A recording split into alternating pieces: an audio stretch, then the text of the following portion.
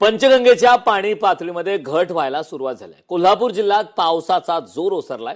पंचगंगेची पाणी पातळी 32 फुटांवर पोहोचली। गेल्या 24 तासात पंचगंगेच्या पाणी पातळीमध्ये 1 फूट 6 इंचाची घट पाहायला मिळत आहे। राजाराम बंधाऱ्यासह 35 बंधारे पाण्याखाली गेल्यामुळे वाहतूक विस्कळीत झाली आहे। पर्यायी मार्गाने आता वाहतूक सुरू आहे।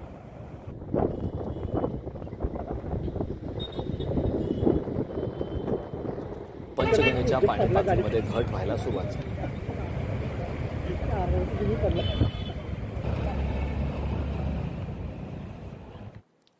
हिंगोली जिल्ह्याला पावसाचा रेड अलर्ट देण्यात आलाय। आसना नदी ही दुथडी भरून वाहत आहे।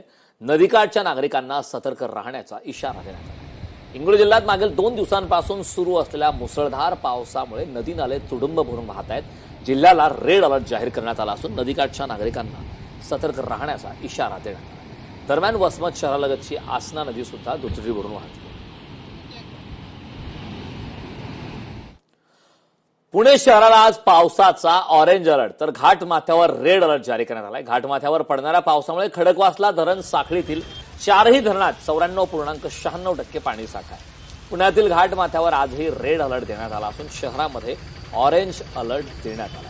खडकवासला धरणातून मुसळधार पावसामुळे 5783 क्युसेक इतका विसर्ग सुरू करण्यात आला।